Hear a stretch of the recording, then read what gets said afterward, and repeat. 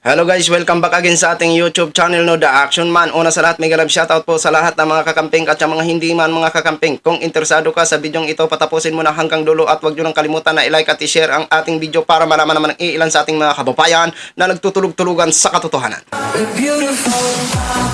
So muli naman nagbabalik ang nag-iisa nyong host na si The Action Man para magbigay ng komentaryo at reaction sa mga mainit ng issue ng bayan.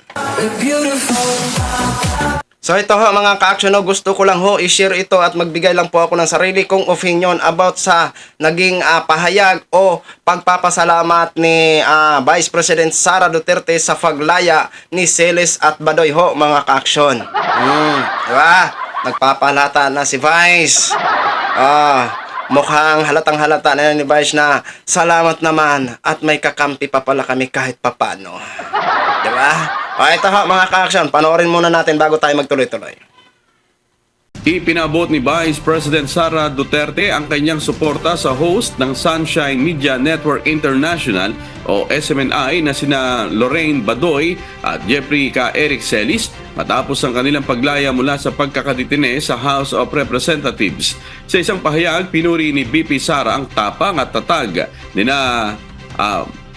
Badoy at K. Eric sa pagtindig para ipaglaban ang kanilang mga karapatan at ang saaligang batas ng Pilipinas.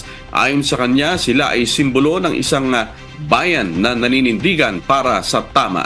Sa ilalim ng Committee on Legislative Franchises sa House of Representatives, isinama si Celis sa contempt dahil sa kanyang pagtanggi na ibunyag ang pagkakakilanlan ng kanyang source na nagbigay ng maling impormasyon hinggil sa travel fund ni Speaker Martin Romualdez.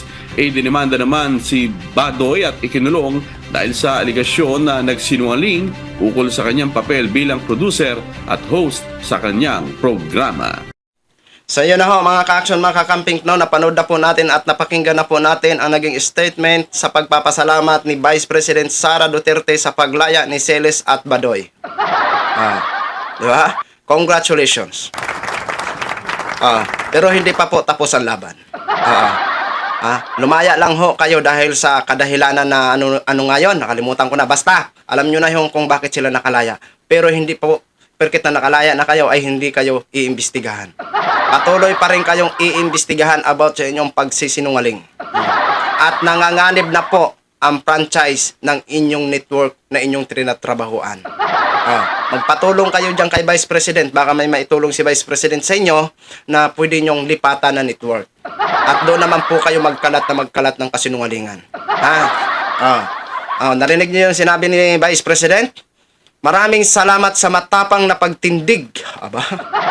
At nalagpasan nyo. Nararamdaman mo ba, Vice President, na kahit papano may kakampi ka pa na lumaya? Paano po kung hindi yan lumaya? Alam naman ho natin makakalaya. Simple lang naman yun eh. Kasi kung hanggang sa hindi nila sasabihin, hindi sila makakalaya, di ba? Dahil nga sa may dahilan lang, yun ang naging dahilan, kaya sila nakalaya. Di ba? Vice, mukha yatang nagpapahalata ka masyado. Mukha yatang diehard ka rin sa mga sa SMNI. Kung sa bagay, magkaibigan nga pala si Duterte at saka si Kibuloy. Kaya natural lang ho yan na magpasalamat ka. At natural lang naman na ipagdiwang mo na, Vice. Ipagdiwang mo na yung kanilang paglaya. Magpaano ka? Magpabili ka ng mga lechon manok. Sabayan mo na rin ng cake. At ipatawag mo na rin ang lahat ng mga taga-suporta nyo. Diba? Pero Vice, tika lang. Bakit wala pang sagot ang OBP nyo hinggil sa inaano ng Supreme Court na sagutin nyo ang petition na pinasa ng Makabayan Black Vice? Ano po? Hindi pa po ba kayo nakapag ng isasagot nyo po? Vice? Balita ko hindi pa nakasagot ang OBP nyo Mukhang nahihirapan yata kayo magsagot sa Supreme Court, Vice. Pero hihintayin po namin ang tamang sagot nyo, Vice, kung paano nyo ginastos ang 125 million sa loob ng 11 days, Vice.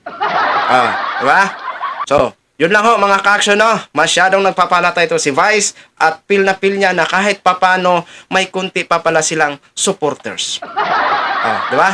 So yun lang ho, ginshare ko lang ho sa inyo mga ka-action. Maraming salamat po sa ating mga viewers, Luzon, Visayas at Mindanao all over the world. Ako po ang inyong lingkod, si The Action Man. Have a good day, everyone. Beautiful.